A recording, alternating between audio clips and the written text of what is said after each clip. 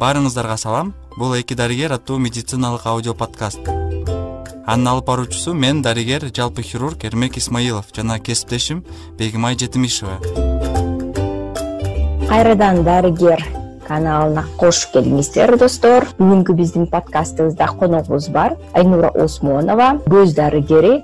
Саламатсызбы, Айнура? Саламатсызбы, Бегимай, саламатсызбы, Эрмек.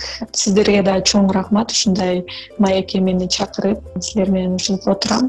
Эми өзүмдү тааныштыра кетсем, мен Осмонова Айнура, Кыргыз мамлекеттик медициналык академиясынын 2017-жылкы бүтүрүүчүлөрүнүн биримин. Ушу Бишкекте улуттук госпиталдын 2-көз микрохирургия бөлүмүнөн билим алып чыгып, азыркы учурда Ош шаарында жеке медициналык борборлордун биринде иштеп аткан учурум. Рахмат, Айнура. Сизден сурайын деген бир суроом бар эле. Азыркы оор кырдаалда могу коронавирус илдети абдан курчуп жатканда сиздин өнөкөт ооруган бейтаптар менен онлайн консультация жүргүзүп жатасызбы? Карантин боюнча айта кетсем, ушу биз да кырдаалга байланыштуу карантин учурда ушу ишибизди токтотуп турууну туура көрдүк жана ушундай эле биздин бейтаптар менен биз онлайн консультация менен иштеп жатабыз. Дагы ал эми биздин план боюнча келе турган бейтаптарыбыз кандай убактылуу бир убакытка жылдырылды. Карантин убагында баары үйдө отурат, телефон,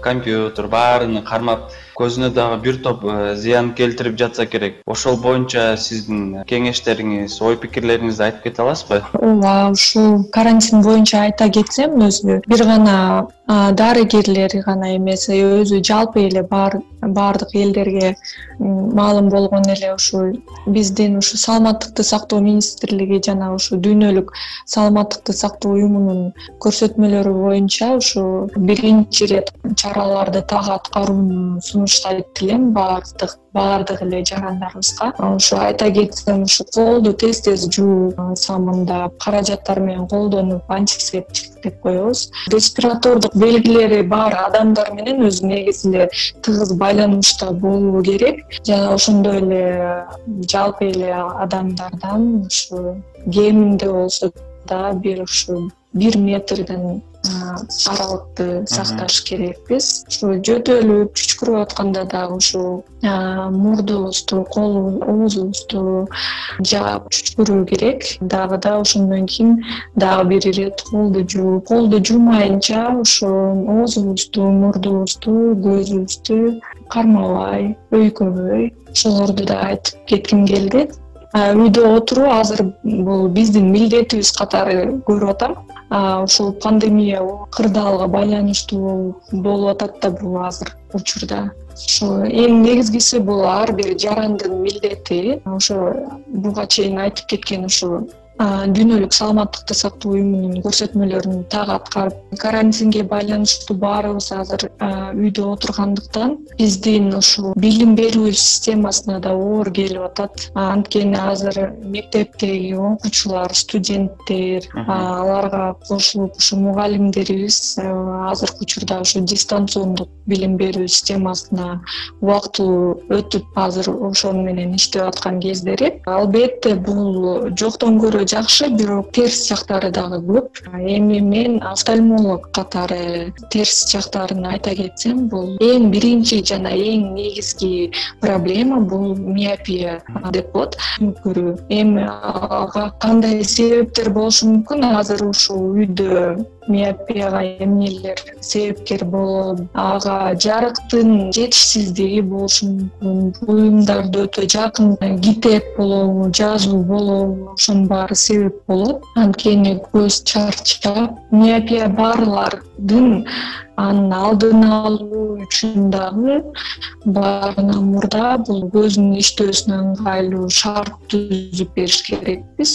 Көзгө күч келтирбеш үчүн эс алуунун режимдерин сакташыбыз керек. Окуучулар жазганда же окуганда ушу китепти көзүнөн бир 30-35 сантиметр аралыкты кармап, башын өтө эңкейтпей жана ошондой эле окуучу балдарга окуу же жазуу боюнча ушу 45-50 мүнөттөн ашпаш керек. Жок дегенде ушу 10 мүнөттүк эс алуу зарыл. Айнура, айтыңызчы, сиз айтып атпайсызбы, эгер буга чейин миопиясы болсо, оор көтөрсө болбойт деп. Канча килограммдан болот, уруксат берилет?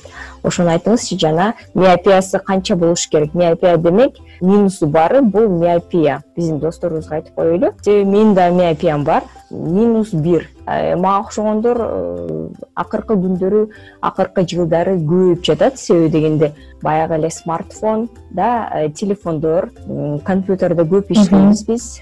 Ошол себептен мисалы үчүн көпчүлүк жарандарга кеңеш берсеңиз, мисалы үчүн мен үчүн кандай кеңешиңиз? Ошо оор көтөрүү деп жатасыз, канча болуш керек? Ал миопиясы канча болсо? Өзү негизи эле ушу миопия степендери бар эмеспи? Оор көтөрбөш керек деген сунушум бул 3 килограммдан оор көтөрбөш керек. Жана да ушул азыркы учур, азыркы кырдаалда биздин ушу карантинге байланыштуу баары үйдө телевизор аркылуу, телефон аркылуу окуп иштеп жаткан учуру ушул дагы да терс жактарын көрсөтүүдө. Бул эми дагы да ушу статистиканын көбөйүүсүнө ушу көзүм жетип турат, миопиянын көбөйүшүнө. Эми менин сунуштарым бул үйдө деле отуруп көзгө эң жөнөкөй көнүгүүлөрдү жазса болот. Эртең менен же кечинде жасоону сунуштап кетет элем. 3-4 көнүгүүнү айтып кетсем деле болуш керек. Биринчи көнүгүү бул 2 мүнөттүн ичинде тез жана оңой ачып жумуу көздү. 2 мүнөттүн ичинде бул кан айланууга жакшыртат. Кийинки көнүгүүбүз бул түз отуруп 5 секунд көздү жумуп, анан чоң кенен ачабыз. Бул көнүгүүнү 8-10 жолу да кайталап, кабактын булчуңдарын чындайт. Кийинки көнүгүүбүз бул колубуздун 3 манжасы менен үстүңкү кабагыбызды оңой басып, 1-2 секунд алып, жана ушул көнүгүүнү эле 4-5 жолу кайталасак болот. Мындай айтканда массаж катары да. Бул көздүн ичиндеги ушул суюктуктун айлануусуна дагы пайдалуу. Бул эң негизги, эң жөнөкөй көнүгүүлөр. Максималдуу амплитудада жогору жана жогоруну, төмөндү карайбыз, оң тарапты, сол тарапты карайбыз. Буну дагы бир 4-5 жолу кайталап кетсек болот. Кийинки көнүгүүнү айтып кетсем, бул айлананы сааттын жебеси менен көзүбүз менен айланабыз. Тескерисинче айлантабыз. Көзүбүз менен ар кандай бир фигураларды тартышыбыз мүмкүн. Мисалы ушу ромбду тартабыз көз менен ушу 4 бурчтукту тартабыз. S-образный форманы тартабыз. Биринчи өйдө жактан, кийин ылдый жактан. Деги эле мындай көнүгүүлөр көп. Диагоналды бир бурчтан бир бурчукка алып келсек болот көз менен. Бунун баары көз менен кылынган нерселер. Бул эң жөнөкөй жана баарына колунан келе турган көнүгүүлөр. Ушуларга бир күнүнө бир 5-10 мүнөт убакыт бөлүп берсек. Рахмат Айнура жообуңузга.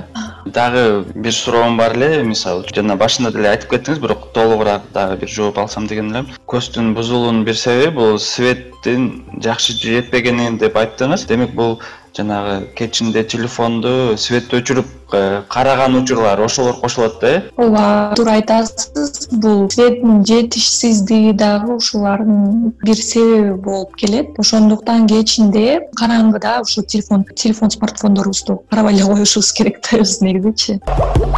Кечке маал ушу окуучуларыбыз дагы окуганды, жазганды жакшы көрүшөт. Бунун дагы терс жагы көп. Андыктан ушу биздин светильник болобу, эмне болобу алдыбызга коюп алып, анын дагы бир эрежеси бар. Ушул светильник койгондо ушу жазып аткан, окуп аткан жерге бизге мындай көлөкөсүн алып келбеш керек. Ошол көлөкө дагы ушу бир кандайдыр бир ушу караңгыны алып келет да. Дагы экинчи бир суроом, Айнура. Көпчүлүк билгенде балдарына баары эрте жаштан эле телефонду колуна берип жатышат да, баягы эл абасын депчи. Ошол нерселер эмнеге алып келиши мүмкүн? Кандай ооруларга алып келиши мүмкүн? Өзү азыркы учурда гана эмес, бул эң акыркы мезгилде ушу жаш балдарда ушундай нерсе көп болуп атат. Бизге да кайрылгандар өтө көп. Бул эң негизгиси эле ушу жаш балдардын миопиясы болобу, гиперметропиясы болобу, ошолордун баарына да себепкер болушу мүмкүн. Бир гана бул телефон аркылуу гана эмес, орусча айтканда генетический генетическая предрасположенность дагы бар, бирок телефон аркылуу дагы ушундай ооруларга алып келиши мүмкүн. Дагы да ушу негизги ооруларга ушу терс жагынан алып келген оору дагы бар болуш керек. Бул көздүн майынын кургашы, бир орусча айтканда синдром сухого глаза деп коебуз. Бул азыркы учурда дүйнө жүзүндө көз дарыгерлердин эң негизги көйгөйлүү ооруларына дагы айлана баштады. Дагы да айлана чөйрөнүн таза эместиги, туура эмес тамактануудан, ушу компьютер, интернет, телефонду тынымсыз отуруудан жана ошондой эле телевизорду жакындан көрүп, китеп көп окугандарда чалдыгат. Химикат менен иштегендер, буу пар менен ашпозчулар жана ошондой эле айдоочулар кабылышат. Бул дагы ооруда көздүн булчуңдары талып, көзгө күч келет. Эми эң негизги ушулардын баарына мен өйдө айтып кеткен сунуштарымды колдонсо жакшы. Витаминдерди ичүүгө сунуштайт элем. Кандай витаминдер мисалы? Витаминдер жөнүндө айта кетсем, бул А, Б, С, Е витаминдери жана ошондой эле кальций, цинк витаминдерин колдонууга сунуштайт элем. Эми бул дарыларды биз дарыгердин көзөмөлүндө ичүү керек. Бул витаминдерди болсо биз ушу күнүмдүк жер жемиш жана тамактануубузда деле колдонсок болот. Витамин А бул өзү ушу көздүн торчосунун ушу ден соолугу үчүн маанилүү да. Бул витамин Аны биз өрүктүн, сабиздин жана болгарский калембирде курамында болот. Ошондой эле витамин С ушу кан тамырларынын абалына таасир берет да. Бул эми биздин цитрус жемиштерибизде болот жана да азыркы учурда ушу жазында жаш картошкада болот. Витамин Б группасы өзү ушу нерв клеткаларынын абалына жооп бере турган витаминдерибиз. Ошон үчүн бул дагы маанилүү. Жана дагы ушу көрүү органы менен ушу мээ кабыгынын ортосундагы байланышты да камсыз кыла турган витаминдер. Айта кетчү нерсе, азыркы күндө ушу вирус COVID-19 жаңы түрү менен алып келген пандемия менен көрүшүүдө мезгилибиз болуп атпайбы? Эми бул күндөр да артта калат деген ишенимдемин. Айта кетсем, ушу Америкалык офтальмология академиясынын маалыматы боюнча, акыркы маалыматтар боюнча, кээ бир эсептөөлөр боюнча статистикалар дагы болуп чыккан. Коронавирустун жаңы чыгышы ушу конъюнктивитти дагы жаратышы мүмкүн экен. Конъюнктивитти айта кетсем, ушу конъюнктиванын тагыраак айтканда ушу көз жапкагынын ички чел кабыкчасынын сезгениши болот. Вирус бөлүкчөлөрүнүн дем алуу жолу же болбосо ушу конъюнктивага чоң тамчылар тийгенде улам пайда болушу мүмкүн экен. Ошондуктан дагы биздин ушу дарыгерлер ушу экипировочный костюм, ылайыкташтырылган ушу очкилер менен иштеп жаткан кездери го. Биздин жөнөкөй жарандарга дагы бир ирет айткым келип турат. Ушу эшикке